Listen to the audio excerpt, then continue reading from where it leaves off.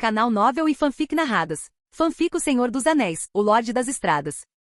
Capítulo 321. Aquele que nunca bate a porta. Os pequenos projetos de Saruman continuaram em segredo. Sim, em segredo. Por que você nunca bate na porta? No topo da torre, encarando o intruso indesejado, Saruman recolheu silenciosamente seus documentos de pesquisa e os escondeu atrás das costas. Relaxe. Não estou aqui para arrumar briga. Levi sentou-se numa cadeira como se fosse dele, olhou para os documentos atrás de Saruman e perguntou: o que é isso? Posso pegar um? Não. Tudo bem. Se você tem assuntos a tratar, diga-os. Como pode ver, estou ocupado. Saruman parecia impaciente. Todos os dias ele tinha que vigiar os fossos de criação de orcs, realizar análises e testes práticos, e ficar de olho em seus subordinados. Isso já era suficiente para lhe tirar os nervos à flor da pele. Alguns orcs saíram correndo do seu lado. A primeira frase de Levi atingiu como um martelo. A pálpebra de Saruman tremeu. Felizmente, seu rosto sempre ostentava uma máscara de calma. Ninguém conseguia decifrar muita coisa ali. Onde? Não ouvi nada. Ao norte de Enedvite, quase dentro das minhas fronteiras. Em tom calmo, Saruman disse: ah, aqueles orcs.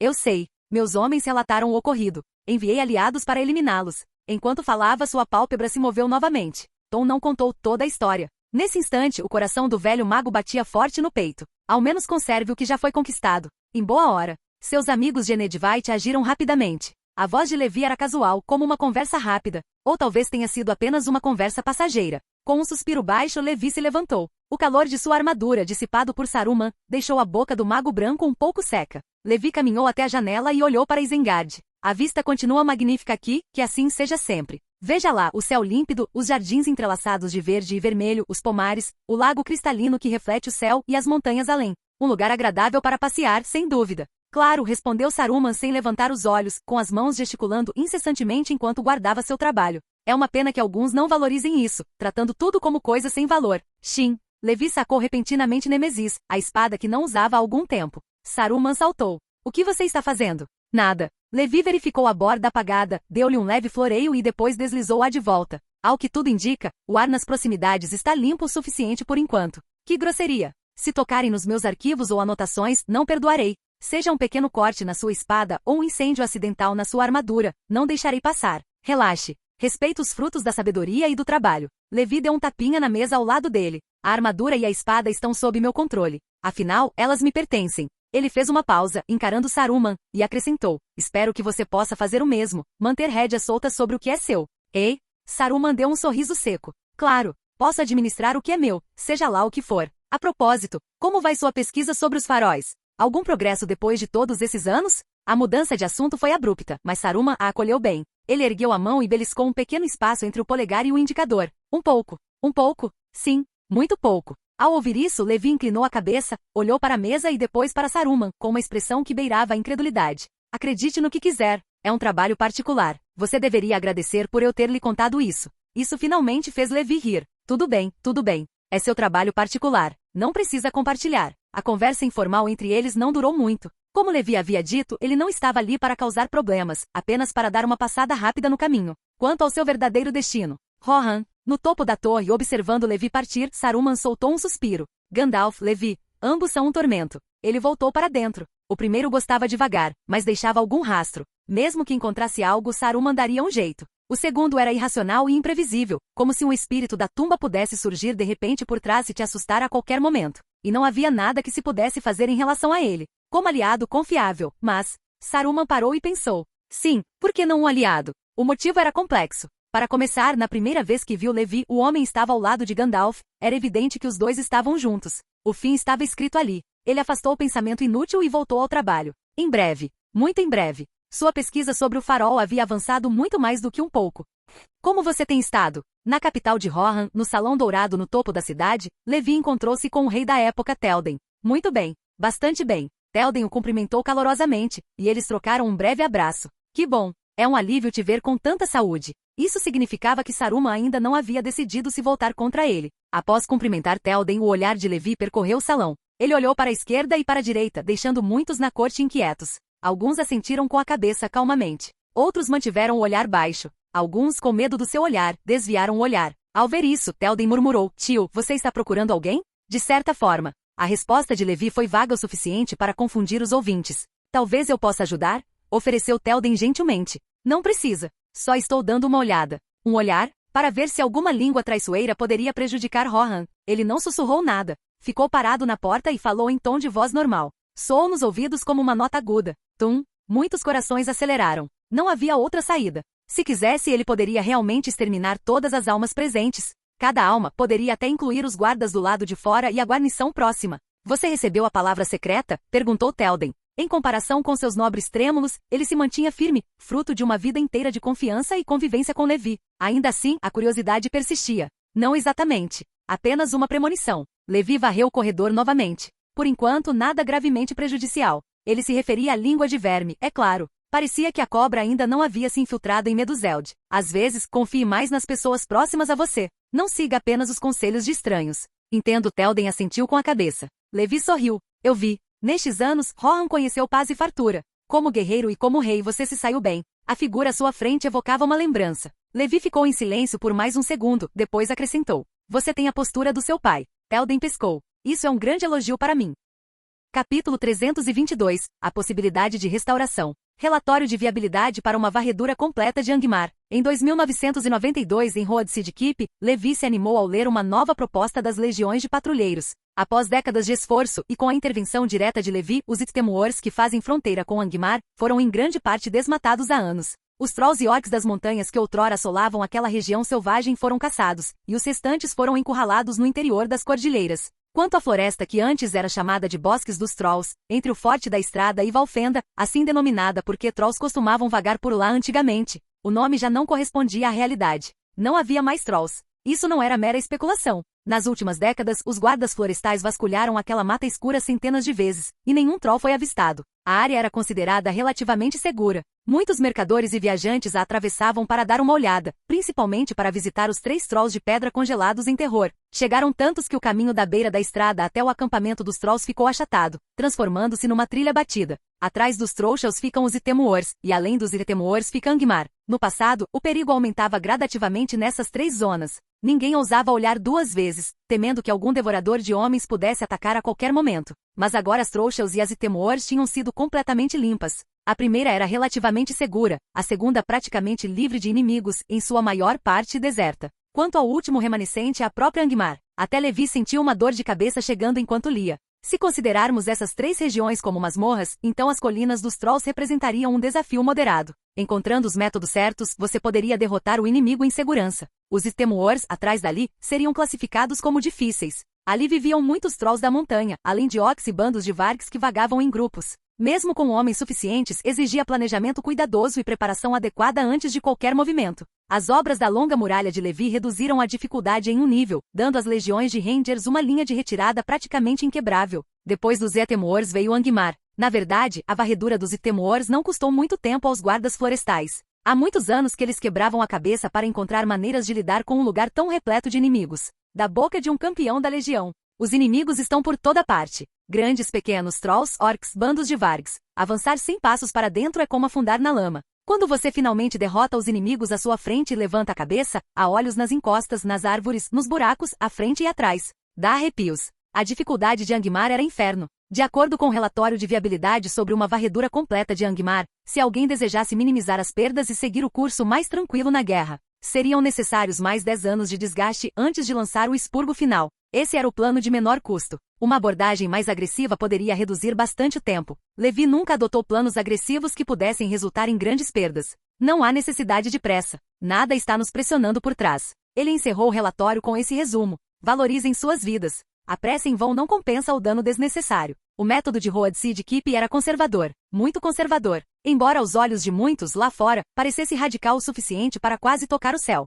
Nesta era, nenhum poder além das cidades livres sequer cogitaria exterminar os Trolls da montanha e os covis de hordas de Orcs e Vargs pela raiz. Só de imaginar a quantidade de mão de obra consumida, a mente fica entorpecida. Depois de uma guerra dessas, não sobraria força para crescer, apenas para se dispersar e desaparecer, transformando-se de um reino em uma tribo, assim como haviam feito os andarilhos. Falando nisso, certa noite na muralha, Levi encontrou Falodan, que por acaso estava descansando em Road Sidkeep. Ele ainda estava observando as estrelas. Você já conheceu Aragorn, não é? Sim, eu vi a estrela de Elendil. Falodan deu um largo sorriso. Mais uma vez, muito obrigado. De verdade. Levi deu um tapinha no ombro dele. Você e eu não precisamos dizer coisas que me dão arrepios. Ele voltou ao assunto. O que você acha de Aragorn? Ele é um líder em quem se pode confiar. A resposta de Falódan foi certeira e concisa. Levi assentiu com a cabeça e não disse mais nada. Um silêncio se instalou na parede. Após um instante, Levi disse: Você já pensou em restaurar um reino? Restaurando. Sim, para reconstruir Arnor. Reconstruir seu reino.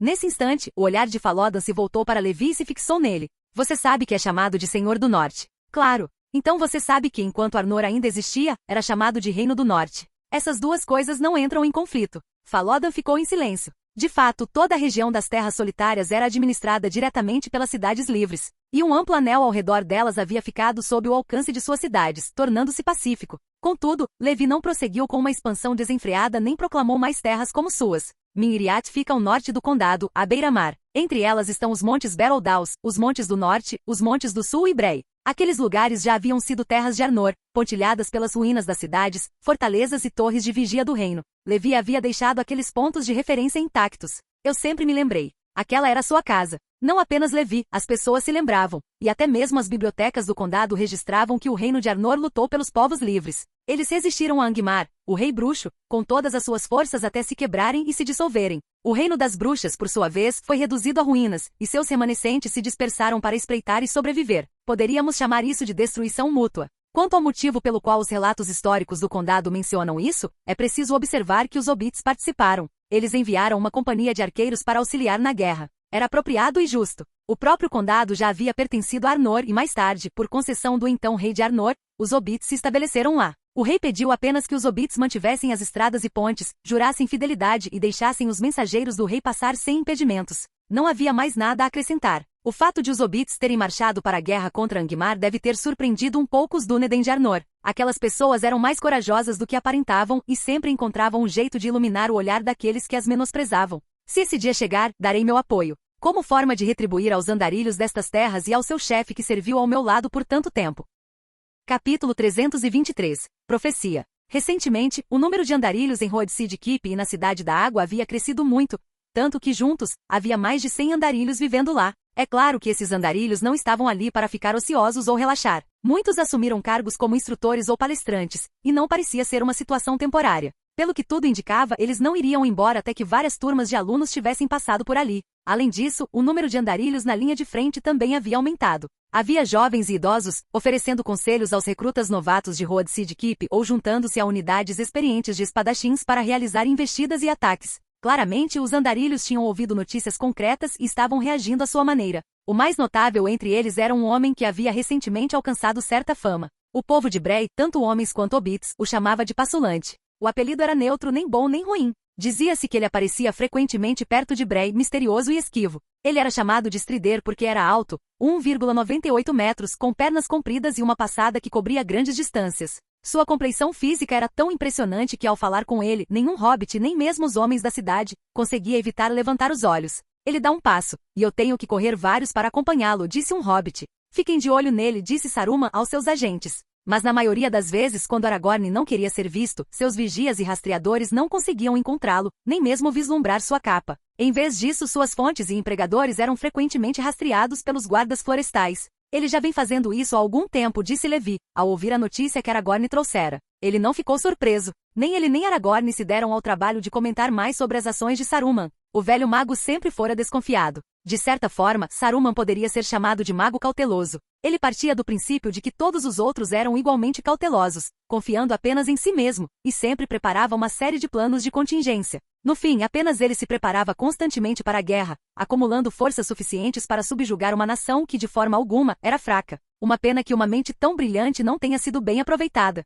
Ele era exatamente como seu irmão Sauron. Acabei de voltar da travessia do rio Isen. Nada de incomum por lá, apenas a vigilância rigorosa de sempre. É difícil entrar sem ser notado. Como você costuma entrar? Perguntou Aragorn, curioso. Levi deu de ombros. Eu simplesmente entrei. Toda vez que vou lá, alguém abre a porta para mim. É isso. É isso. Nesse caso, Saruman ao menos tem uma atitude decente. Sim, Levi assentiu com a cabeça. Ele não mencionou que às vezes Saruman se recusava a abrir a porta. O resultado era sempre o mesmo. Levi o desmontava e depois o espancava. A experiência ensinou rápido, e Saruman sempre teve muita vontade de aprender. Tudo bem. Aragorn não se surpreendeu com a resposta de Levi. Pelo menos à primeira vista, o mago branco parecia respeitar seu tio. Mas, na janela, Aragorn olhou para o céu, para a estrela que se destacava fracamente no crepúsculo, a estrela de Arendil. Muitos eram os seus pensamentos. Restauração. Levi e ele haviam conversado sobre o renascimento de Arnor. Quando Levi mencionou o assunto, Aragorn soube que estava decidido. Nenhuma força externa poderia impedi-lo agora.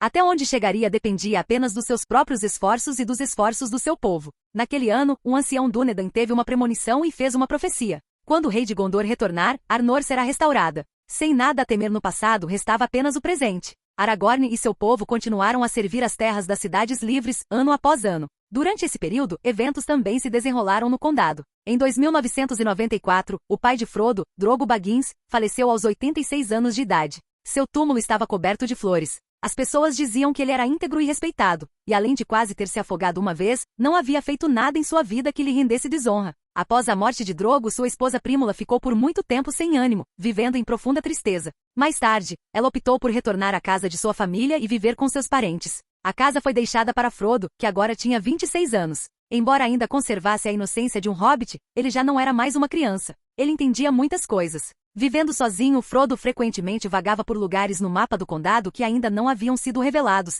percorrendo as terras selvagens, escalando colinas e contemplando rios. Isso aliviou sua dor, mas o deixou se sentindo sozinho. Nem mesmo as visitas frequentes à mãe diminuíram esse sentimento. Então ele pensou em seu tio Bilbo. É uma pena, Frodo, mas todos nós temos que chegar ao fim da vida. O que devemos fazer é seguir em frente com os bons desejos daqueles que amamos. Em Bolsão, no condado, Bilbo consolou seu sobrinho. Eu sei, tio. Eu vou. Bom rapaz. Bilbo deu um tapinha no ombro de Frodo e assentiu. Ele estava se afeiçoando cada vez mais ao sobrinho, que o visitava com frequência. Mas ao pensar no falecimento de seu primo, ele começou a sentir uma sensação de inquietação. Ele já não era jovem. Algumas coisas não podiam ser adiadas. Ele precisava agir agora, ou corria o risco de nunca as terminar. Após se despedir de Frodo, Bilbo sentou-se novamente à sua escrivaninha, caneta na mão, encarando a página em branco e a escama de dragão do tamanho da palma da mão que estava guardada dentro do livro. Era isso que ele queria fazer, escrever um livro, sua própria história, as lendas daqueles que se foram e daqueles que ainda estão vivos. Como participante da história. E se possível, Bilbo esperava fazer mais uma viagem em sua vida. Ele não podia esperar as aventuras emocionantes de sua juventude. Seus ossos velhos não suportariam o esforço, e ele poderia desmoronar. Então está decidido. Um plano de viagem começou a tomar forma em sua mente. Mas, olhando para sua grande casa, para toda a sua bolsão, Bilbo suspirou. Recentemente a família Sackville Baggins pareceu estar se movimentando novamente. Otto e sua esposa, depois de terem sido assustados por Levi, permaneceram em silêncio por um longo tempo, sem nunca mais incomodar Bilbo. Mas com o passar do tempo, suas maquinações retornaram. Bilbo ainda morava sozinho, era muito velho e não tinha herdeiros. Se Bilbo falecesse, Bolsão e seus pertences naturalmente iriam para eles. Bilbo estava impotente diante disso. Quem poderia imaginar que eles seriam tão persistentes, cobiçando Bolsão por mais de 50 anos? Como resolver a situação em Bolsão? A questão da herança de Bolsão havia se tornado uma pedra no sapato de Bilbo, impedindo de seguir em frente. Bilbo pensou nisso durante anos. Ele ansiava por partir, viajar para longe, ver as maravilhas do mundo mais uma vez em sua vida. Mas se o fizesse, a família de Otto certamente tomaria Bolsão no dia seguinte. Enquanto Bilbo estivesse lá, eles não ousaram se opor a ele. Mas se Bilbo partisse por vontade própria, seria fácil para eles reivindicarem a propriedade legalmente. No entanto, Bilbo não queria deixar o lugar para a família de Otão. Eles eram muito desagradáveis. Nunca lhe fizeram nenhum bem, só lhe causaram problemas, e até espalharam rumores de que ele havia morrido em sua jornada para a Montanha Solitária. Era tudo muito cansativo. Silenciosamente, Bilbo tomou uma decisão. Não deixarei absolutamente nada para aquela família incômoda. Capítulo 324. O ano em que a guerra começa. O tempo sempre passa voando nos dias comuns. Quando olhamos para trás, percebemos que não houve tantos grandes eventos que realmente envolveram a todos ao mesmo tempo. Pelo menos, não com tanta frequência. É o silêncio que rege a maior parte da vida. E muitas pessoas encontram o fim de seus dias em meio a esse silêncio. Chegou a noite deles. Aergi, de 2916 a 2995, e Iáven, de 2918 a 2996. Em pé diante de duas lápides relativamente novas colocadas lado a lado, Levi fechou os olhos e soltou um suspiro suave. Mas a minha própria noite ainda não está à vista. Ele plantou uma flor em frente a cada um dos túmulos deles. No primeiro encontro, ambos os jovens tinham 20 e poucos anos e ainda eram andarilhos livres. Tinham lutado e sangrado na linha de frente, percorrido as regiões selvagens e as montanhas, cruzado o Portão Negro ao lado de caravanas e do próprio Levi. Eles já haviam lutado com todas as suas forças para reivindicar o título de campeão da Legião, proporcionando a todos um duelo memorável. Eles representaram uma era, e ao final dessa era, desapareceram, um após o outro. Naquele dia, Levi entrou no arsenal e vasculhou os estoques até escolher o básico de que precisava. Então, em um terreno baldio perto do cemitério, ele ergueu um salão memorial e lhe conferiu um interior grave e solene. Quando tudo estava pronto, Levi desembainhou a espada de aço de dragão que Yavin lhe devolvera e a fincou verticalmente em um pedestal de pedra. Atrás do pedestal, erguia-se um muro memorial. Na primeira linha daquela primeira parede atrás do primeiro pedestal, ele escreveu com uma caligrafia pequena e caprichada: primeiro campeão do torneio da Legião, Yavin de 2918 a 2996. Assim uma espada ganhou história. Ficaria ali em exposição até a chegada de seu próximo portador. Cada espada teria seu próprio pedestal e muro memorial. Quando o Salão Memorial foi inaugurado, todos os campeões encontraram tempo para visitá-lo. Cada um escolheu o lugar onde sua arma um dia repousaria e gravou seu próprio nome na parede correspondente. Daí em diante, cada novo campeão da Legião viria aqui uma vez para reivindicar sua espada ancestral e honrar aqueles que o precederam. Após tudo isso, passaram-se mais alguns meses. Levi caminhou novamente pela Muralha Norte e adentrou Angmar para examiná-la. Quase lá. Em 1997, a Road Seed Keep convocou uma reunião de uma dimensão sem precedentes nos últimos anos. Os principais participantes foram os comandantes de cada legião de Road Seed Keep, tanto de guarnição quanto de patrulheiros, juntamente com capitães de companhia, campeões de legião e vários representantes e instrutores de andarilhos. Juntamente com eles, vieram os coordenadores internos da Road Seed Keep, representantes de cada distrito, chefes de engenharia e os responsáveis pela supervisão e gestão de instalações importantes como arsenais e depósitos. O tema da reunião era a purificação final de Angmar. Após uma longa campanha, o assunto finalmente chegou à sua fase final e pôde começar a ser encerrado. Levi supervisionou tudo pessoalmente. Ele não era mais o Lorde desorientado e desconectado de décadas atrás. Após a morte de Bard, ele se dedicou aos estudos, concluindo silenciosamente todas as lições que Bard lhe havia recomendado e que ele antes fingia não ouvir. A sessão do conselho se estendeu por muito tempo. Devido ao hábito cauteloso de Levi, a decisão final e os planos preliminares também foram conservadores. Pouco havia a dizer sobre logística. Suprimentos e armas nunca haviam sido um problema. A maioria dos gerentes eram graduados de boas escolas, com experiência em combate e habilidosos tanto com a pena quanto com a espada. Sabiam o que era necessário na linha de frente e eram proficientes em coordenação, capazes de manter tudo em ordem. Quanto à ofensiva em si, o plano preliminar era que, após deixar para trás as guarnições necessárias, Road Seed Keep e a Cidade da Água reuniriam um total de 10.000 soldados selecionados e marchariam para o norte. Levi comandaria tudo, apoiado por 2 comandantes do Forte da Estrada. Abaixo deles estavam 5 comandantes de legião e mais de 100 capitães de companhia. A formação básica era de 2.000 homens por legião, sendo cada legião composta por 10 companhias de 200 homens. Cada legião teria pelo menos um campeão legionário. Eles lutariam bravamente e permaneceriam próximos ao comandante da legião, atuando como seu guarda para garantir que ele não fosse atingido por algum golpe acidental. Dentro de cada legião, cada companhia teria pelo menos 2 Rangers de elite, e entre esses 2, pelo menos um precisaria ser habilidoso em comando e táticas, responsável pela coordenação, execução e planejamento. Por fim, nenhuma dessas funções era rígida. Quando necessário, cada uma podia ser realocada para cima ou para baixo, preenchendo lacunas e compensando perdas. 10.000 soldados de elite eram mais do que suficientes para lidar com os remanescentes de Angmar, especialmente com Levi presente. Remanescentes era a palavra. Eram chamados de remanescentes porque muito antes dessa ofensiva ser lançada, a região já estava desgastada há mais de uma década. A densidade de inimigos já havia sido bastante reduzida, e a dificuldade de romper as linhas inimigas não era mais o inferno que fora outrora. Essa expedição punitiva já vinha sendo planejada há muito tempo. Após o conselho, Levi atravessou um portal do Nether, encontrou uma fortaleza do Nether e passou vários meses lá derrotando Blazes, acumulando uma enorme quantidade de materiais para poções. Poções de cura foram reabastecidas em grande quantidade, o suficiente para sustentar uma grande guerra. O conselho encerrou suas atividades em meados de 1997. No final de 1997, todos os preparativos estavam concluídos. Na primavera seguinte, em 2998, quando terminaram as animadas festas de Ano Novo, a neve do inverno derreteu e os galhos começaram a brotar novos botões, o exército começou a se reunir, como haviam se preparado com antecedência. Os andarilhos que vagavam por regiões distantes e aqueles que guardavam seus lares tribais tiveram bastante tempo para se preparar e se reuniram antes da marcha. Liderados por Aragorn, eles formaram sua própria legião de mais de 1.000 homens para reforçar o exército. Isso incluía praticamente todos os andarilhos capazes de combate que eles conseguiam recrutar, incluindo muitas mulheres. Chamar isso de mobilização total do povo não seria errado. Ninguém ficou surpreso com a decisão e a ação deles. Os andarilhos e Angmar tinham uma rixa sangrenta que durava 1000 anos. Se tivessem tido essa oportunidade, a ausência deles teria sido o que chocaria as pessoas. Com a chegada deles, o exército cresceu de 10.000 para 11.000 homens. Como o talento não deveria ser desperdiçado, Levi nomeou Aragorn o terceiro comandante. Aguentar. Quando tudo estava sendo finalizado, Levi estreitou os olhos e olhou para a legião de andarilhos. De que você está se escondendo? Falodan, que vinha tentando se manter discreto e passar despercebido, foi prontamente levado à frente. ele não deveria ser subestimado. Após suas jornadas e provações no Oriente, ele teve a coragem de enfrentar um Nazgûl sozinho e a força para rivalizar com qualquer campeão da legião. Em termos de experiência e senso tático, Falodan tinha mais de 150 anos. Sua carreira de combate remontava a mais de um século. Poderíamos considerá-lo com justiça um veterano. Sua vida fora plena. Lutara no campo de batalha por mais de 100 anos, servirá como instrutor no quartel da Fortaleza da Estrada, lecionara nas escolas, comandará tropas em um cerco e abater um Nazgûl. Entre os andarilhos, Falodan tinha uma posição elevada, perdendo apenas para Aragorn. Teria sido um desperdício não dar a um idoso como ele algo sério para fazer. Assim, ele foi nomeado para preencher o cargo vago de comandante da Legião dos Andarilhos, um resultado que pareceu agradar a todos. Sobre essa nomeação, Levi disse que Falodan não tinha objeções. Desta vez estamos prontos. Marchar. Tudo começou a se movimentar em ordem. O último dia de Angmar se aproximava. A cidade enfrentaria um acerto de contas, e as ameaças ocultas em seu interior provavelmente seriam eliminadas por esta campanha. Assim que o anfitrião partiu, as cidades pareceram um pouco menos agitadas.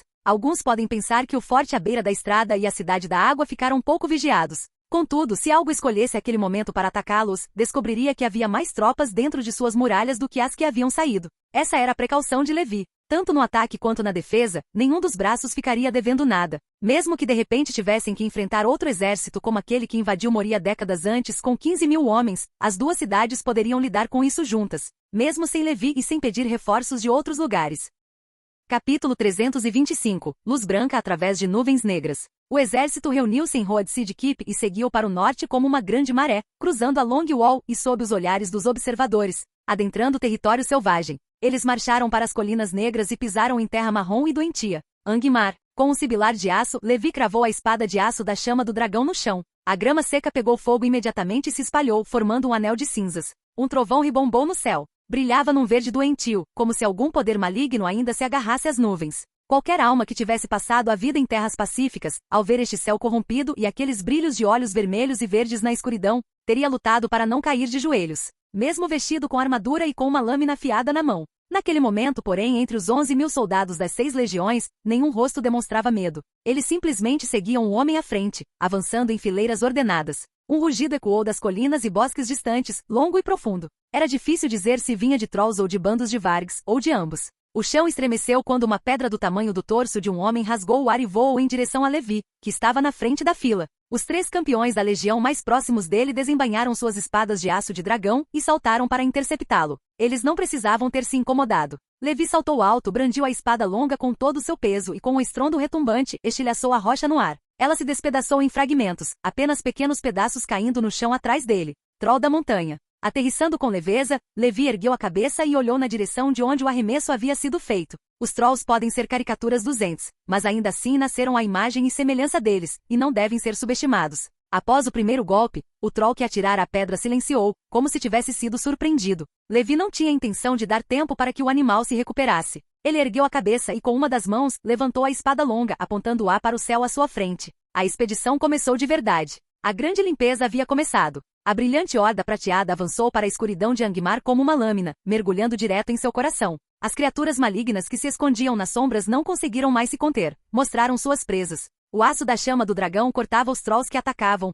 rachando a pele mais dura que pedra e incendiando a carne. 2 ou 3 golpes eram suficientes para derrubar um troll instantaneamente, osso e tudo. Atrás de Levi, os campeões da legião avançavam, brandindo suas pesadas espadas de aço de dragão com precisão cirúrgica, abatendo um alvo difícil após o outro e abrindo brechas para o exército. De tempos em tempos, um soldado era arremessado para o ar por um golpe violento de algum grande inimigo e rolava pelo chão por dezenas de metros. Parecia estar gravemente ferido, mas depois de algumas tosses, ele se levantava, se recompunha e então ou caía para trás para receber tratamento ou avançava novamente. Uma luz tênue brilhou sobre sua armadura enquanto os encantamentos protetores ganhavam vida. Na verdade, cada um dos 10.000 usava armadura e portava armas com encantamentos de primeira linha. Ao longo de todos esses anos, Levi nunca parou de construir lojas desse tipo. Agora que o estoque mostraria seu terror no campo de batalha. O trovão ribombava. A chuva caía torrencialmente, transformando o caminho à frente num lamaçal. Vapor subia em espirais da armadura de Levi. O ar ao seu redor ficou repentinamente quente, e sua silhueta ficou borrada, uma visão aterradora aos olhos de qualquer inimigo.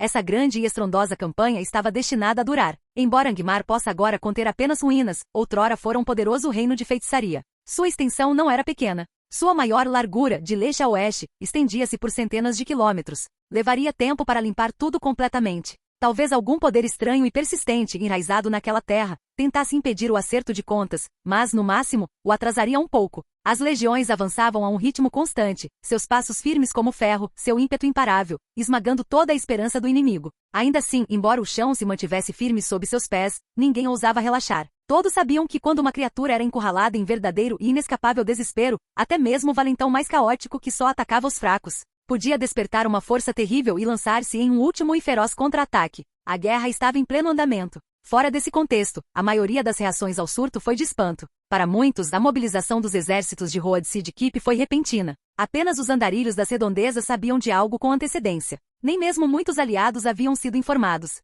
Não houve anúncios nem proclamações aos berros. Um alvo foi definido, os preparativos feitos em silêncio, e uma vez que tudo estava pronto, eles simplesmente marcharam. Eficiente e resoluto. Suficiente para despertar inveja. É como se eles considerassem isso apenas um trabalho de rotina, que não vale a pena fazer alarde. Em Minas Tirith, no alto de uma torre branca, Denethor falou em tom calmo. Embora pareça que alguns não desejam que a campanha do meu tio prossiga sem problemas. Ao ver o aguaceiro repentino na cena dentro do Palantir, Denethor franziu a testa e olhou em direção a Minas Morgul. Ninguém acreditaria que o rei bruxo não tivesse tido participação nisso. Assim como Minas Morgul, as terras de Angmar foram mergulhadas em um poder sinistro e maligno durante seu reinado. Sob essa influência, mesmo agora o sol era raro tanto em Angmar quanto nos pântanos de Etten. Boromir. Denethor ligou. Estou aqui, pai. A resposta veio de fora da porta, jovem e vigorosa, transmitindo uma confiança direta. Um jovem alto e forte, com cabelos negros até os ombros e um rosto bonito, entrou. Boromir. Ele completou 20 anos este ano. Talvez por influência do pai. Mesmo em Minas Tirith, o lugar mais seguro de Gondor, Boromir usava cota de malha por baixo do sobreveste e carregava armas na cintura.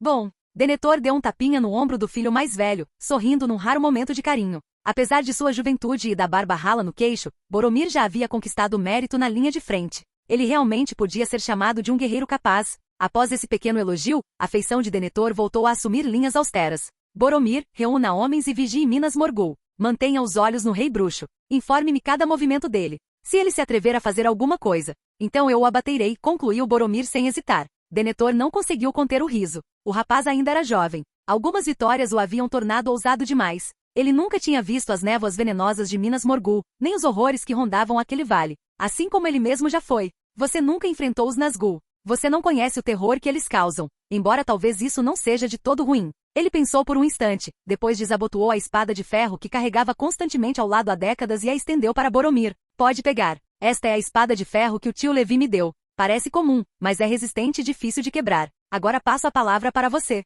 Sim, padre. Boromir inclinou ligeiramente a cabeça e pegou a lâmina com ambas as mãos. Seu fio estava tão afiado quanto no dia em que fora forjado. E assim o jovem e valente filho do regente foi para a frente de batalha, marchando para Minas Morgul, a torre do feiticeiro e do rei bruxo, naquele vale de vapores venenosos. A visão terrível daquele lugar permaneceria com ele por muitos anos, gravada profundamente em sua mente. Ele se lembraria disso pelo resto da vida. Capítulo 326. Conversas através das terras. Boromir já havia partido com sua companhia, cavalgando diretamente para os Giliath. Essa nova força guarneceria a cidade em ruínas por um longo período, vigiando Minas Morgul e cada movimento do rei bruxo a partir da linha de frente. Após a partida de Boromir, Denethor deixou a torre que abrigava o Palantir e aproveitou um momento para visitar seu filho mais novo, Faramir. Ele havia nascido 5 anos depois de Boromir e completava 15 anos este ano. Entre seus dois filhos, era evidente que Denethor favorecia Boromir. Por quê? Pai, o senhor está aqui. Faramir ergueu os olhos do livro com um sorriso no instante em que Denethor se aproximou e correu para cumprimentá-lo. Sim, vim ver como você tem estado, respondeu Denethor calmamente. Estou bem, padre. Bem, sim, muito bem. Ao perceber o jeito calmo e estudioso de Faramir, a boca de Denethor se contraiu ligeiramente. Boromir e Faramir eram semelhantes na aparência, mas completamente diferentes em essência. Diferentemente de Boromir, Faramir nunca se importou com batalhas ou aventuras. Ele preferia ler e estudar, amava música, ouvir e cantar igualmente. Ele era alto e tinha ombros largos, mas sua postura era refinada demais, seu temperamento parecia gentil demais para o bem. Muitos achavam que o filho mais novo do mordomo não tinha a mesma coragem do irmão. Seu irmão está indo para frente, pronto para realizar grandes feitos, disse Denethor. Rezo por seu retorno em segurança, respondeu Faramir, oferecendo uma bênção sincera. Denethor assentiu com a cabeça. Apesar de sua doçura, o filho caçula era um bom rapaz. Nunca se importou com comparações com o irmão, nem se esforçou para superar ninguém. Desde a infância não havia ciúme ou rivalidade entre eles. O vínculo entre eles era muito forte. Continue com seu trabalho. Tenho grandes expectativas em relação a você e ao seu irmão. Denethor colocou a mão no ombro de Faramir num gesto de encorajamento, algo raro para ele, e depois se virou para ir embora. Ótimo! Esses dois eram a esperança dele. Eles sustentariam o futuro da casa. Uma severa, a outra mais suave. Juntas, elas poderiam se equilibrar. No entanto, um governante não poderia ser muito brando. Balançando a cabeça, Denethor caminhou lentamente em direção ao salão principal para convocar mais um conselho. Se havia alguém na Terra-média capaz de sentir de forma mais direta a ascensão e queda do poder de Sauron, esse alguém era Denethor. Nos concursos dos últimos anos, a pressão que emanava do Palantir tornou-se mais intensa, as sombras em seu interior mais densas.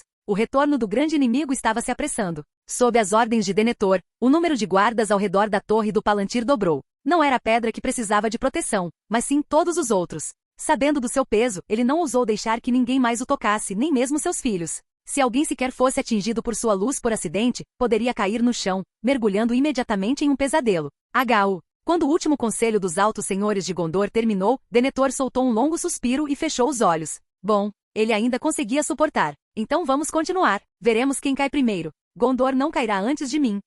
Não consigo acreditar que um evento tão grandioso tenha acontecido sem que eu soubesse de nada. Nas profundezas da Montanha Solitária, Thorin, com a barba agora tingida de branco, franziu a testa. Exatamente. Ele nos aconselhou a não retomar Moria e depois foi atacar Angmar, disse Balin imediatamente, ainda incapaz de se desapegar daquele lar anão perdido. Ele foi rapidamente repreendido por Fili. Não é a mesma coisa, tio Balin. Levi tinha outros motivos para te avisar para ficar longe de Moria. Eu sei disso. Eu só sinto. Não sei como dizer. Não deveríamos ir ajudar? Diante dessa pergunta, todos no pequeno conselho ficaram em silêncio. Isto é diferente de antes. Levi tomou a iniciativa, não foi forçado a adotar uma posição defensiva. Se entrarmos sem sermos convidados, podemos apenas atrapalhar os seus planos. Cauteloso como sempre, Thorin ofereceu. Talvez devêssemos perguntar ao Lorde interino de Dali. Se alguém estiver informado, certamente será ele. Ele tinha. Levando em conta o hábito de Levi de agir em vez de falar, os anões não tinham certeza. Mesmo assim, depois de tantos anos, o velho amigo deles havia amadurecido. Suas estratégias e ações estavam cada vez mais maduras. Não há motivo para preocupação. Em Daliban, agora com cabelos grisalhos nas têmporas, respondeu por Levi. Conversei com o tio Levi antes. Ele nos disse para mantermos nossa posição. Então essa é a melhor opção. Thorin assentiu com a cabeça e soltou o ar. Do outro lado das montanhas, Elrond sentia o mesmo. Como poder mais intimamente ligado ao povo nômade, ele pressentiu o que estava acontecendo assim que Aragorn começou a reunir seu povo. A princípio, o senhor élfico que detinha a autoridade do Alto Rei,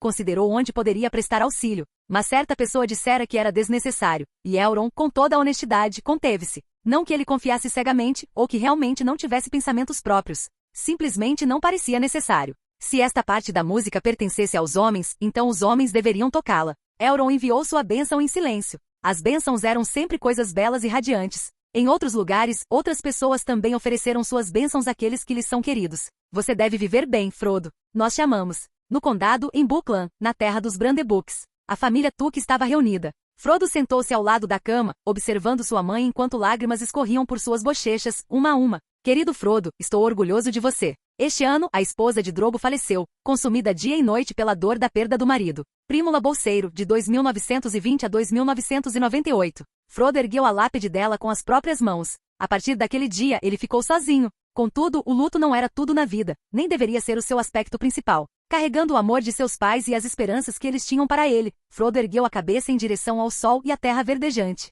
Você cresceu, Frodo. Bolsão Hobbiton. Quando Frodo voltou para visitá-lo, Bilbo falou com emoção. Ele se lembrou de como seus próprios pais morreram quando ele tinha mais ou menos a idade de Frodo, deixando sozinho com a bolsa no fim vazia. Então chegou um velho mago e, entre comida e canções, o levou embora num passe de mágica. Ele deveria ter batido naquele menino com mais força naquele dia. Ao ouvir as palavras de Bilbo, Frodo sorriu. Agora que seus pais haviam falecido, seu parente mais próximo era esse tio que o precedeu. Aos olhos de Frodo, o tio Bilbo era um hobbit muito divertido, cheio de histórias e segredos. Ele sempre fora assim. Mesmo agora havia muito sobre ele que Frodo desconhecia. A propósito, Frodo. Bilbo se pronunciou de repente. Ele respirou fundo. Há algo que sempre quis dizer, mas nunca encontrei a oportunidade. O que foi, tio? Após uma breve pausa, como se desse a Frodo tempo para se recompor ou reunir coragem, Bilbo prosseguiu, lentamente. Na verdade, há anos que venho pensando.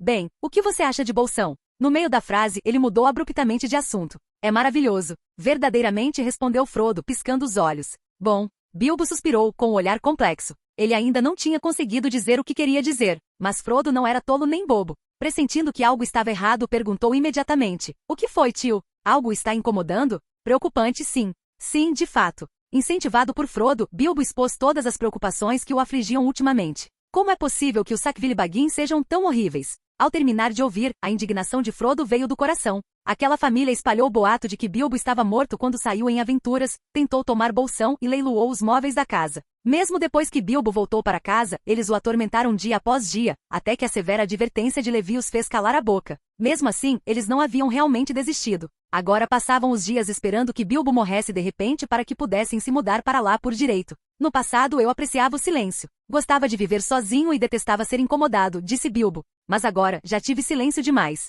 É como comida. Se você come demais de uma coisa, acaba enjoando, até mesmo ficando com náuseas. Frodo escutou em silêncio. Entendo, tio. Após mais um momento de silêncio, Bilbo pareceu tomar uma decisão. Seus olhos repousaram sobre o livro incompleto à sua frente. Frodo, eu quero. Tio e sobrinho conversaram bastante naquele dia. No fim, Frodo abandonou a pequena e solitária casa que fora seu lar de infância e mudou-se para Bolsão para cuidar de seu tio idoso. Pouco tempo depois, Bilbo nomeou Frodo seu herdeiro. Ao ouvirem a notícia, os Sackville Baggins sentiram como se tivessem sido atingidos por um raio vindo de um céu limpo. Sua última esperança havia desaparecido. Capítulo 327. A purificação de Angmar. O céu clareou. Na muralha longa do norte, Gandalf olhou para os céus distantes sobre Angmar e murmurou algo para si mesmo. Não exatamente. Após olhar para a esquerda e para a direita, ele balançou a cabeça e negou o que havia dito. Apenas parte do céu estava limpa. Aquela parte ficava acima das terras pelas quais o exército já havia passado. A magia negra que ali pairava estava se dissipando à medida que as criaturas malignas eram abatidas. Essa sombra em recuo se espalhava do centro para fora à medida que a purificação prosseguia. Nesse ritmo, em 1 ou 2 anos, a corrupção seria erradicada de toda essa vasta terra envenenada. Tal velocidade não poderia ser considerada lenta. Parece que eles não precisam da minha ajuda aqui. Balançando a cabeça, Gandalf desceu da muralha e seguiu caminhando para o oeste mais uma vez, em direção ao condado. Com um carrinho cheio de fogos de artifício. Um novo ano havia chegado. Nas ruidosas festas de Ano Novo do condado, o mago enviava flores de fogo que explodiam pelo céu e levava notícias do norte a todos os seus amigos. Um ano foi suficiente para que a notícia de tal feito chegasse a todos os cantos da Terra-média.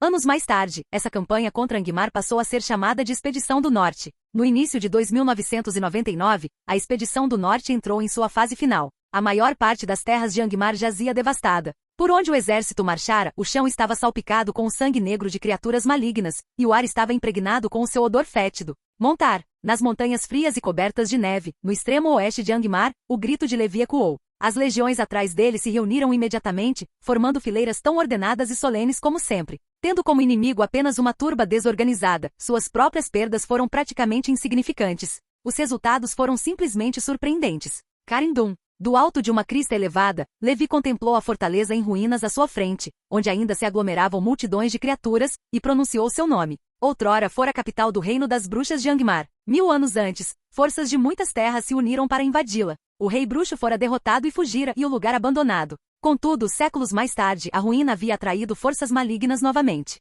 Uma luz verde doentia cintilava fracamente ao longo de suas paredes. Parece que ainda existe magia entrelaçada na pedra. Toca, toca, toca. Enquanto Levi ponderava se deveria ir ver se uma picareta conseguiria romper a proteção, ouviu passos de cascos atrás dele. Os soldados se separaram em ordem tranquila, abrindo caminho para o cavalo que galopava. Gandalf. Ao ver o motociclista, Levi ergueu a mão em saudação. Levi. O cavalo parou e Gandalf praticamente saltou do cavalo, chamando-o pelo nome. Ele acenou brevemente para Aragorn, que estava ao lado de Levi, depois recuperou o fôlego e disse: ouvi dizer que você pretende atacar aquela fortaleza. Exatamente. O resto de Angmar já está vazio. Todos os inimigos restantes se entrincheiraram naquela fortaleza. Se a conquistarmos e eliminarmos todos os inimigos lá dentro, esta expedição poderá ser declarada concluída. Levi olhou para a nuvem marrom e fétida que pairava sobre Carndum e para a planície congelada abaixo dela, depois voltou a cabeça para o céu claro e o chão brilhante atrás. Depois disso, Angmar nunca mais será um refúgio para o mal. Gandalf sorriu. Será um grande feito.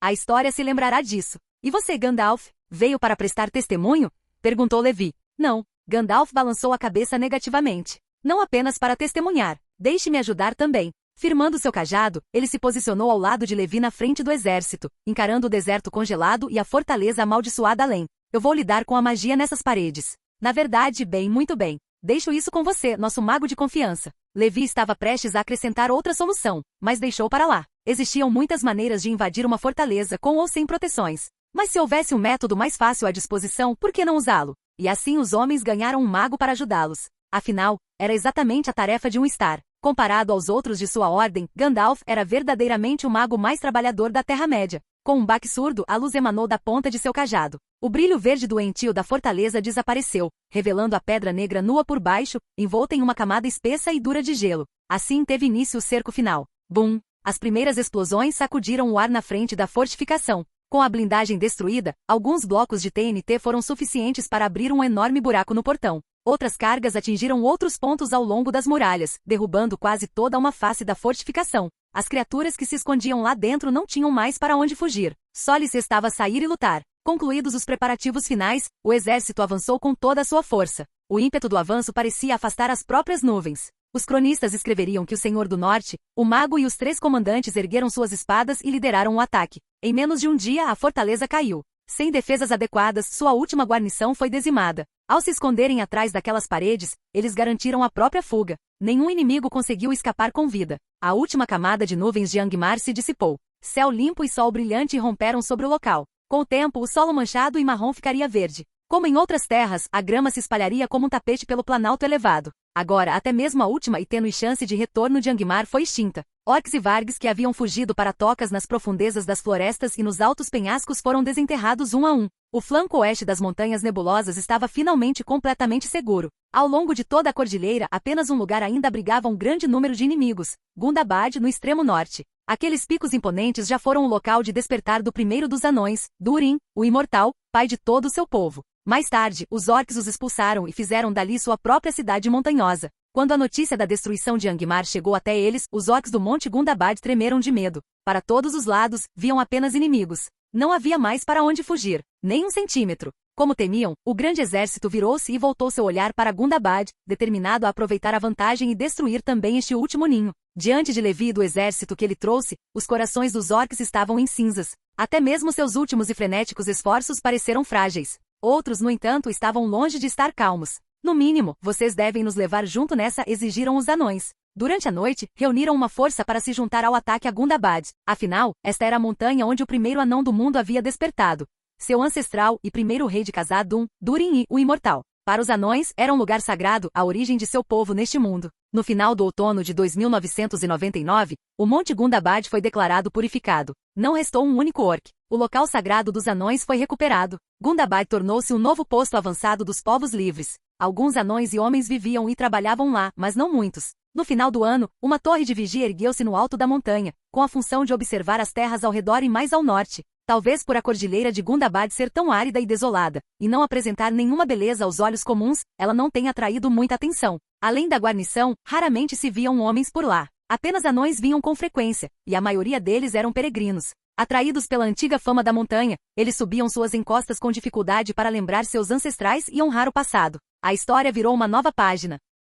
Capítulo 328. Aquele que foi apanhado pelas trevas. Clang, clang. No alto da Torre Negra, a forja ressoava e crepitava sem cessar. A luz vazava pela porta entreaberta e lá dentro, uma figura vestida de branco trabalhava com intensa concentração. Clique. As ferramentas foram dispostas com cuidado. Saruman pegou o anel recém-forjado. Ambas as mãos tremiam. Ah, perfeito. Era uma faixa de um branco puríssimo, brilhando com um fulgor estelar, impecável aos olhos. Perfeito não parecia uma palavra forte demais. Foi bem sucedido. Os cantos da boca de Saruman não paravam de se fechar. Atrás dele, erguia-se um pedestal de obsidiana sob uma caixa de vidro, claramente a estrutura que outrora abrigara o farol. Já não brilhava. Seu coração havia sido tomado. Saruman não podia esperar mais. Ele deslizou o anel em seu dedo. Num instante, suas vestes ondularam, embora não houvesse vento. Uma força imensa percorreu seu corpo, tendo o anel como canal. Ele saboreou o poder, ponderando-o em sua mente. Um pouco acima dos 3 anéis dos elfos, mas muito abaixo do 1. Seu coração afundou. Agora que ele próprio havia forjado um grande anel do poder, sua percepção de um anel havia se aguçado. Ao mesmo tempo, uma certa obsessão se aprofundou um pouco mais. Ele soltou um suspiro lento para acalmar seus pensamentos acelerados, retornando às suas linhas severas habituais. 1000 anos atrás, quando Círdan presenteou Gandalf com o Anel do Fogo, a inveja de Saruman foi imensa. Ele sempre se considerou mais digno de portar um Anel do Poder. 1000 anos depois, ele o fizera. Com sua própria habilidade, forjara um anel mais poderoso até mesmo que os 3 Anel dos Elfos. Ele já não invejava o presente de Gandalf. Em seu lugar, havia apenas desprezo e um orgulho ainda maior. Levi, eu realmente deveria te agradecer. Se não fosse por aquele farol. Sem o núcleo do farol, mesmo com toda a sua habilidade, ele poderia, na melhor das hipóteses, ter forjado algo de poder equivalente a um anel élfico. Feitos os agradecimentos, Saruman dedicou-se a testar o que havia criado. Além das habilidades que desafiavam as regras comuns a todos os Anéis do Poder, este possuía uma característica extra nunca antes vista. Devido à estrela etérea do farol incrustada nele, podia conceder uma espécie de bônus a quem o usasse. Força avassaladora. A força vital para resgatar um homem da beira da morte. Movimentos mais rápidos, passos mais leves, pele endurecida para suportar um golpe.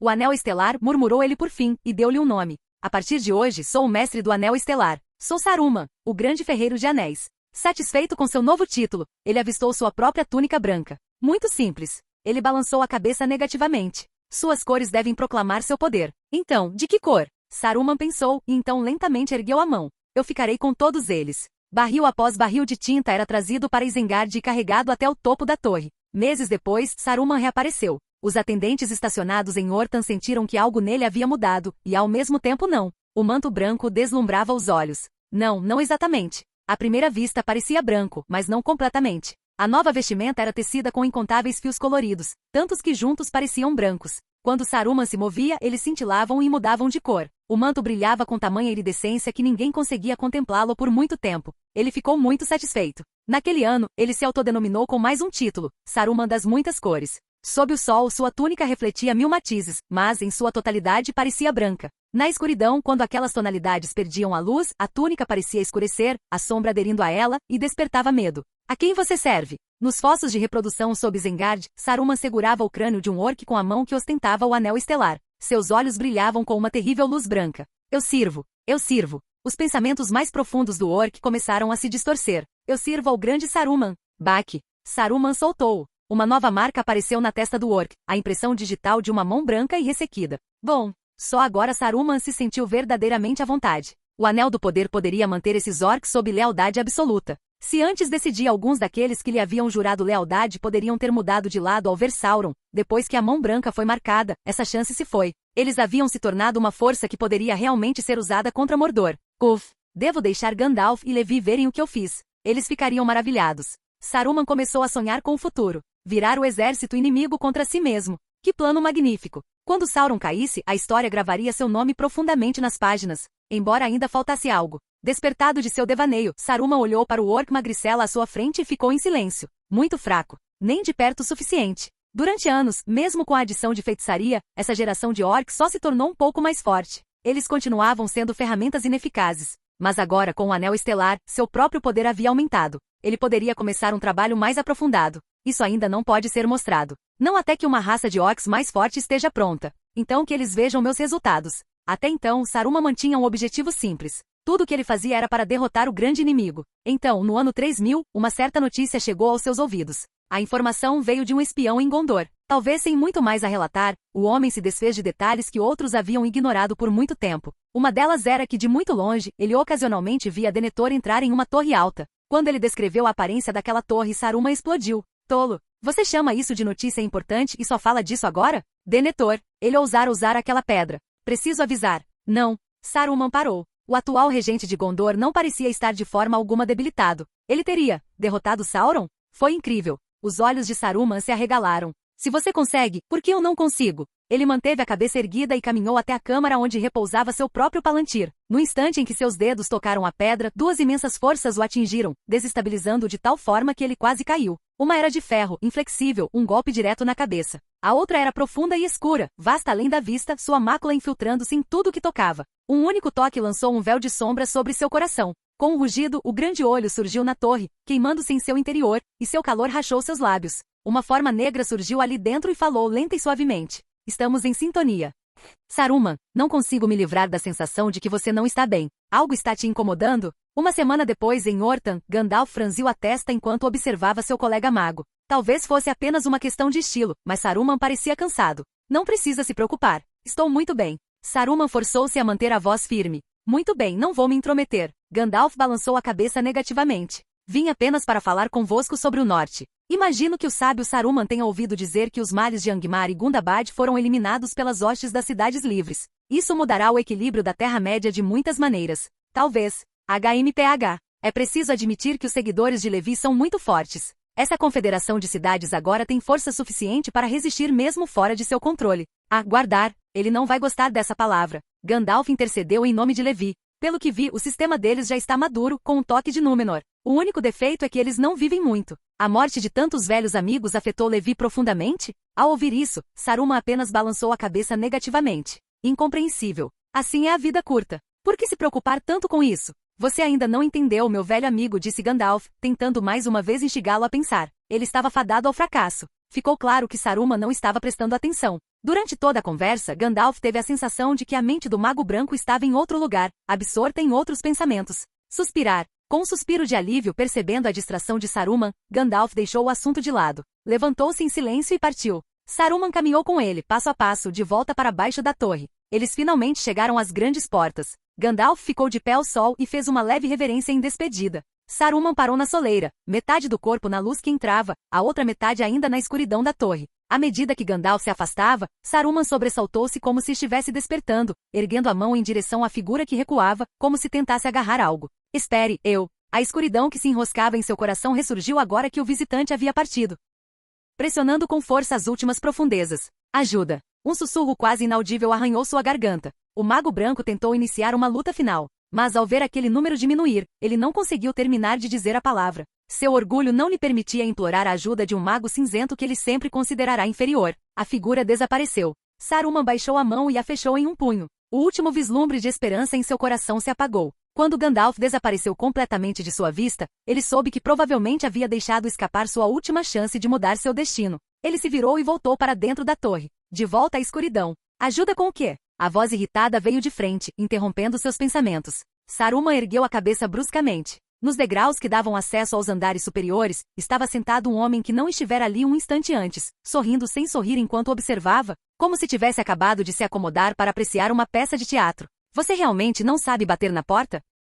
Capítulo 329. Confinamento e recusa. Para aquele homem que mais uma vez invadira o local sem sequer bater, a língua de Saruman, pela primeira vez, moveu-se mais rápido que seus pensamentos. Ele respondeu quase imediatamente. Levi abriu os braços. A porta estava escancarada, então entrei. Seu estado não parece nada bom, Saruman. Ele se levantou e parou diante dele. A cautela de Saruman despertou por instinto. Seu coração apertou. Ele franziu a testa para Levi e disse, você parece que acabou de voltar de uma longa campanha. Como você sabia? Ouvi parte disso, e mesmo que ninguém tivesse me contado, eu conseguiria sentir o cheiro de sangue e da estrada em você. Esse fedor do campo de batalha é difícil de ignorar. Sugiro que você tome um banho adequado. Tudo bem. Faz tempo que não me lavo. Levi não conseguiu evitar levantar o braço e fungar. Não foi tão ruim. Um leve gosto de sangue, nada demais. Isso foi facilmente resolvido. Um barril de água e um salto resolveriam o problema. Isso podia esperar. Havia algo mais urgente ali. Diga-me, Saruman. O que aconteceu? Não adianta tentar esconder isso de mim. Se você se recusar a dizer, eu mesma descobrirei, e duvido que você queira me ver fazer isso do meu jeito.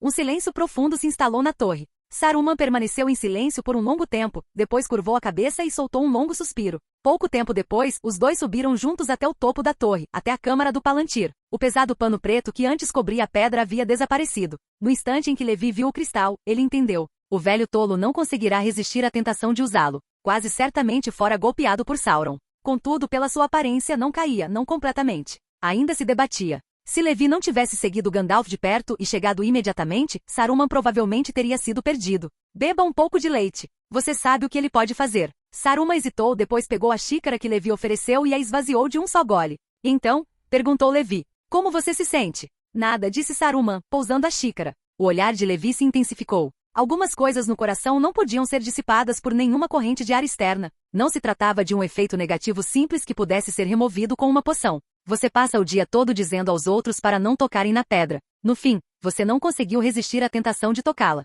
Você realmente é. Levi balançou a cabeça e caminhou em direção ao Palantir. O que você está fazendo? Saruman estendeu a mão para impedi-lo. Você pretende seguir o meu erro? Eu não sou você, Saruman. Levi falou calmamente e colocou a mão sobre a pedra de Orthan. Sua vontade mergulhou imediatamente no conflito que já se desenrolava em seu interior. Um choque percorreu seu corpo quando duas vontades conflitantes se lançaram por reflexo contra o intruso. O primeiro golpe foi forte como ferro. Acertou-o em cheio, pareceu perceber algo, mas era tarde demais para recuar. A ideia o atingiu em cheio, como uma barra de ferro atirada em um vasto lago, afundando direto para o fundo. O coração de Levi se agitou levemente. Ele sorriu e deixou a colisão passar sem pensar em nada. Sua atenção se voltou para outra vontade, escura e sem fundo. Sauron. Quando velhos inimigos se encontram, o sangue ferve. Quase no mesmo instante, todas as luzes da câmara se apagaram. Sussurros malignos sibilavam em seus ouvidos. Ondas de imensa e profunda escuridão invadiam sua mente repetidamente. Era como se o mar se atirasse contra uma montanha. No entanto, apesar do rugido das ondas, o pico não se moveu. Os homens crescem. Levi vira a história se desenrolar com seus próprios olhos e caminhar ao seu lado, enviando um querido amigo após o outro para a noite. Ele não era mais o jovem brincalhão e imprudente que fora um dia. Um a um, aqueles que cuidaram dele e o amaram deixaram para trás suas bênçãos e mergulharam na escuridão, mas deixaram a aurora e a luz onde estavam por Levi. A tristeza e o desamparo vieram com o vento e a geada, golpeando repetidamente seu coração, deixando suas marcas e o endurecendo, tornando-o algo denso e forte. Talvez fosse isso que seus amigos lhe haviam deixado no final, seu presente final. Sauron jamais imaginara isso. Em menos de 100 anos, um homem poderia mudar tanta coisa. Essa era a natureza das pessoas de vida curta, mas esse homem, contra a sua vontade, a escuridão recuou e se dissipou. Levi soltou um suspiro cansado. Após uma breve pausa para se recompor, ele voltou seus pensamentos para as maravilhas da pedra. Visões e impressões surgiam e desapareciam em seus pensamentos. Agora ele também podia usar o Palantir livremente. Nem Sauron nem ninguém mais poderia impedi-lo de direcionar seu olhar para onde quisesse. Mesmo sem isso ele poderia ter feito, só que com mais trabalho. Ele olhou por pouco tempo, depois retirou sua vontade da pedra. Ainda havia perigos nisso. Quem usasse um Palantir inevitavelmente seria visto pelos outros usuários. Quanto mais perto estivessem, mais era revelado. Denethor podia parecer resplandecente, observando onde bem entendia dia após dia e espionando Mordor, mas Sauron também podia observar Gondor. Os dois estavam travando um duelo invisível, frente a frente, todos os dias. Deixa eu ficar com essa. É muito perigosa, disse Levi. Saruman manteve-se em silêncio. Isso foi suficiente para dar o seu consentimento. Tome cuidado. Quando Levi estava prestes a sair, ele proferiu o aviso a contragosto. Não se preocupe. Eu já disse, eu não sou você. Levi acenou com a mão e saiu da torre. Quando ele se foi, as lâmpadas voltaram a acender. Saruman fechou os olhos e afundou na cadeira, com os pensamentos em turbilhão. Havia alívio e amargura ali. Seu manto não brilhava mais com cores mutáveis. Agora sua cor havia se tornado opaca, puxando para o cinza. No topo da torre sem nome em Road Keep, Levi ergueu um novo pedestal e colocou a pedra de Orthan sobre ele. Depois a cercou com uma concha de vidro guardião que só ele podia quebrar. Agora a pedra estava verdadeiramente segura. Naquele momento, além de Levi, nem mesmo o fim do mundo atrairia alguém para perto dali. Então ele pensou, embora se o mundo realmente acabasse, seria uma questão completamente diferente. A pedra de Orthan, agora guardada na torre sem nome, permaneceu intocada por muito tempo. Até que, numa tarde ensolarada, os pensamentos de Levi voltaram-se para aquilo. Por um capricho, ele levantou o pano e olhou. Ele viu Gondor. Ele viu Mordor. Ele viu o próprio coração daquela terra negra. Venha, venha! Um sussurro fraco chegou ao seu ouvido de repente, tentando incentivá-lo, buscando atrair seu olhar para mais profundamente em Mordor. Em uma mudança drástica em relação ao seu hábito, o olho não demonstrou nenhuma cautela em relação à sua visão. Quase pareceu acolhê-lo. Sauron abriu a visão da Torre Negra, e Levi se viu encarando o olho através do vazio. Na penumbra, a voz tentadora soou novamente. Não há necessidade dessa discórdia entre nós. Posso te ajudar, te dar o que você tanto deseja, mas não sabe como obter. Posso te tornar mais forte e mais completo. Não estou interessado. Levi fez um gesto com a mão e desviou o olhar de Mordor. Seu tom de voz era monótono, sua expressão facial inalterada. Contudo, se alguém estivesse por perto e observasse com atenção suficiente, poderia ter notado que sua respiração vacilou por um instante. Não estava completamente regular. As mentiras raramente enganam aqueles que ardem em desejo. A verdade é o que os move. Grande parte do que Sauron havia dito provavelmente era verdade. O instinto de Levi lhe dizia que o Senhor das Trevas de fato poderia fazer o que prometera. O preço era outra questão. Isso será suficiente. Ele apagou a luz do Palantir, balançou a cabeça. Cobriu novamente com o grosso pano e saiu da pequena câmara no topo da torre que havia construído exclusivamente para a pedra. Então ele trancou a porta rapidamente.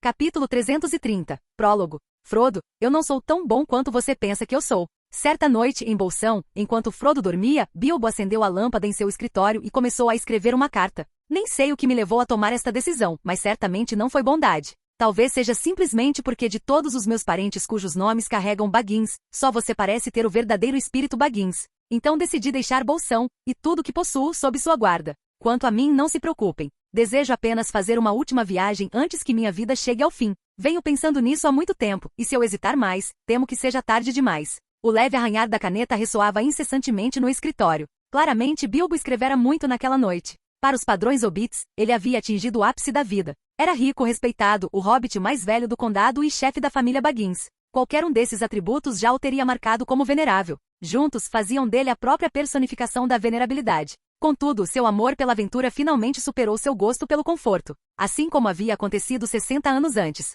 Quando terminou esta carta, ou melhor, seu testamento, ele a selou cuidadosamente e pegou uma folha nova. Dessa vez foi um convite. Para Levi.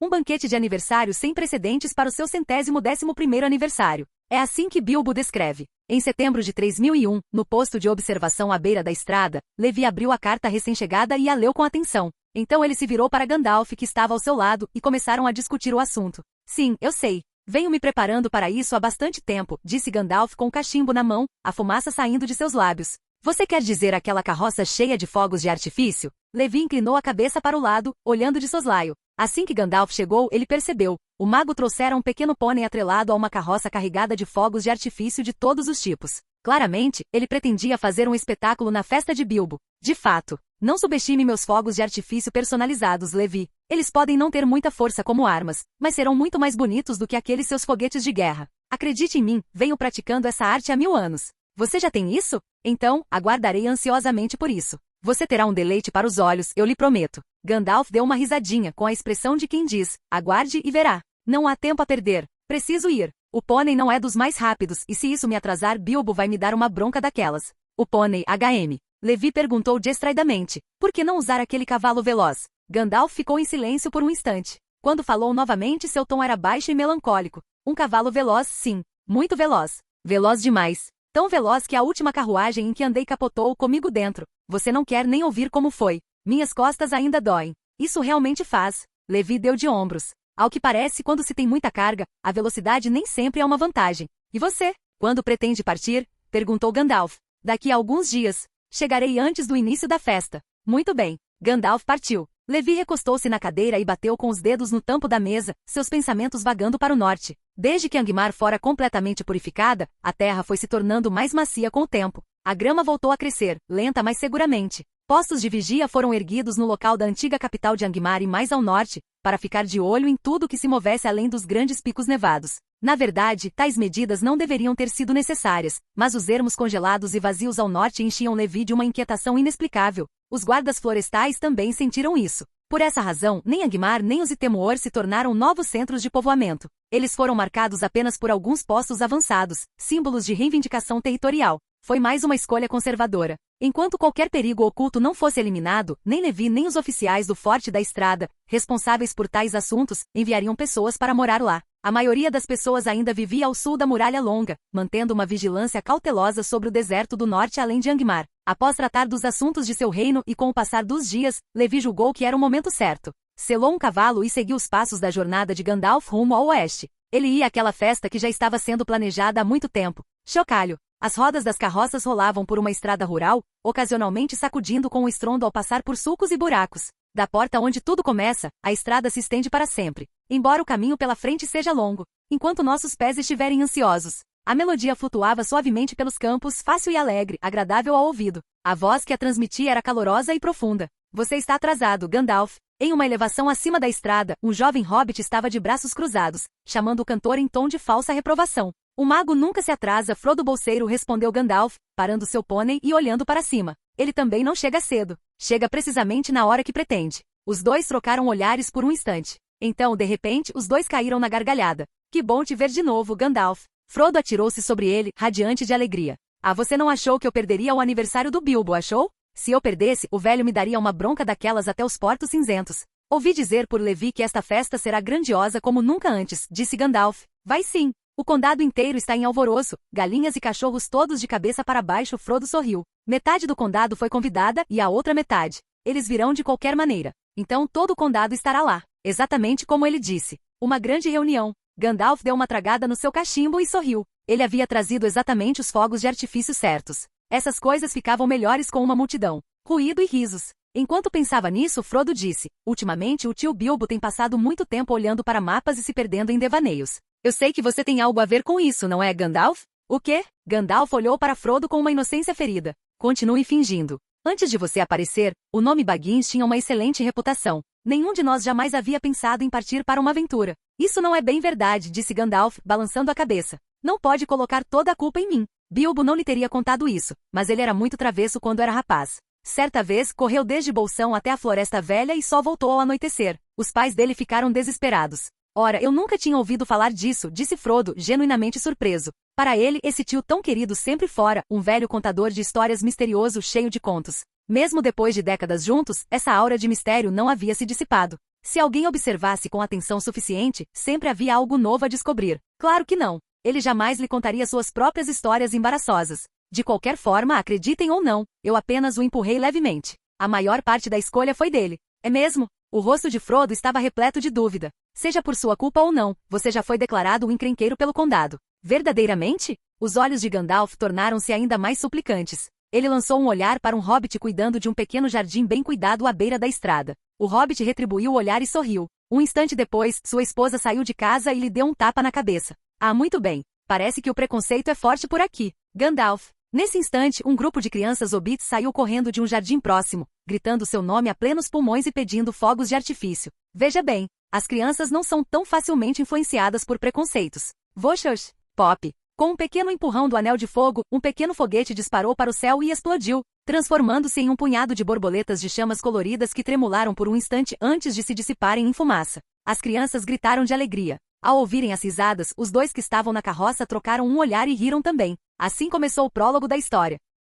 Obrigado por assistir. Se gostou, deixa o like e inscreva-se. Quanto mais apoio, mais vídeos, e se possível apoie o canal doando no Pix do canal na descrição do vídeo. Qualquer valor ajuda, assim o canal pode trazer fanfics e novels de autores pagos e novos vídeos são postados com mais frequência. Muito obrigado a todos, curtam o canal.